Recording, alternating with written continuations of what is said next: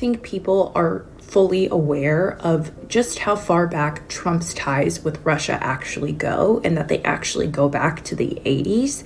And it was actually Russian politicians that convinced Trump to get into politics in the United States. But to fully understand just how locked in and immersed that Trump has been within the Russian government since the 80s, we have to go back a little bit and talk about Donald Trump's late ex-wife, Ivana Trump. I'm just going to say it right off the bat, the way this woman passed away has never sat right with me, but we'll get more into that in a minute. I do want to give you guys just a little bit of background on Ivana herself, and then we'll get into their relationship and some of the strange connections. So unlike her husband, Ivana did not come from an extreme amount of wealth by any means. She was born in 1948 in the Czech Republic to two very hardworking parents. But something important to keep in mind is that Ivana's father would later go on to become an informant for a secret sect of Czech authorities, or the STB. In 1971, Ivana married an Austrian man who was a platonic friend simply so that she could obtain Austrian citizenship. And then the following year, after she did obtain her Austrian citizenship, she did divorce that platonic friend. Ivana would then travel to Canada, where she began dating a lyricist named George,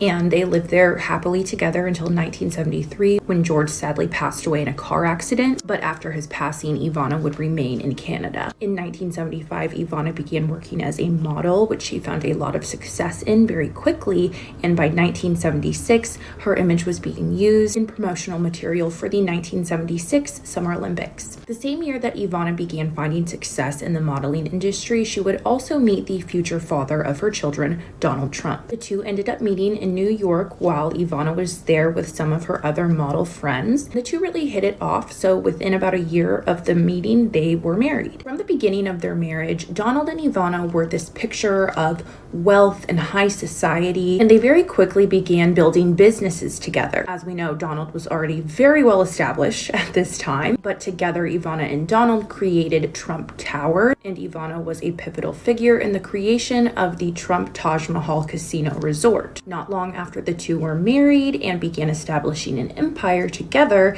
they gave birth to their firstborn son, Don Jr., in 1977, followed by Ivanka in 1981. Lastly, Eric was born in 1984. In 1987, Donald and Ivana traveled to St. Petersburg and Moscow for the first time, where they were wined and dined by KGB operatives. It was on this trip that it was suggested to Trump that he should go into politics. It has also been reported that a great deal of this trip was spent trying to immerse Ivana and Trump in Russian propaganda. You guys remember earlier how I said that Ivana's father would later go on to become an informant for a secret division of Czech authorities called the STB? Well, in 1988, just a few months after Donald and Ivana visited Moscow and spent a lot of time with individuals in the Russian government, she told her father that George H.W. Bush would be the next president. He was going to be the person who won the election. And this was a correct prediction. No one knows how Ivana was able to make this correct prediction, but that information was then passed on from Ivana's father to the STB. And during this time, the STB and the Russian KGB would occasionally conduct joint surveillance into different individuals. So it is extremely likely that there's Russian intelligence on Donald and Ivana going all the way back to the 80s. And not long after, we would start to hear Trump in the media make different comments about running for president, about him getting into politics and what his stances would be. An ex-KGB spy did come forward and confirm rumors of Donald Trump having close connections to the KGB going all the way back to the 80s. In fact, he even confirmed that Donald Trump had been a Russian asset for the past 40 years, since the first time that he visited Moscow and St. Petersburg with Ivana in 87. When asked why Donald, of all people, to, use as a Russian asset, he specifically shared that they recognized that he was very easily charmed and he was very intellectually vulnerable while also being highly malleable. On top of that, of course, he had a lot of stake in the real estate industry. He was a big businessman at this time, pivotal high society figure within New York City specifically. He really didn't hear about Donald Trump politically until 2015. But in 2000, Donald Trump did run for president through the Reform Party, and that is a race he ultimately ended up dropping out of. After Donald Trump won presidency in 2016, it was discovered that between his transition staff and his campaign staff, that there was 300 different connections to Russian intelligence. And not only that, members of both his transition and his campaign teams met with some of these Russian contacts at least 38 different times during the election. So yes, it's no secret, it's well documented that Trump has connections to Russian intelligence and has for a very long time. But when you hear Russian state media or Russian officials making veiled threats towards Donald Trump, you should probably believe them. I do want to touch on the circumstances surrounding Ivana's passing. So kind of jumping back into our timeline here. About 4 years after their youngest child, Eric, was born, things seemed to go sideways in this couple's seemingly idealistic marriage. In 1989, the same year that Donald Trump paid to have lies printed demanding the unaliving of 5 innocent Black boys, Ivana would also discover that her husband had a mistress. That mistress was named Marla Maples, and Donald would go on to have a child with Marla, that child obviously being Tiffany Trump. Ivana was heartbroken at this discovery and unsure of what to do, but Donald would go ahead and make the decisions for her.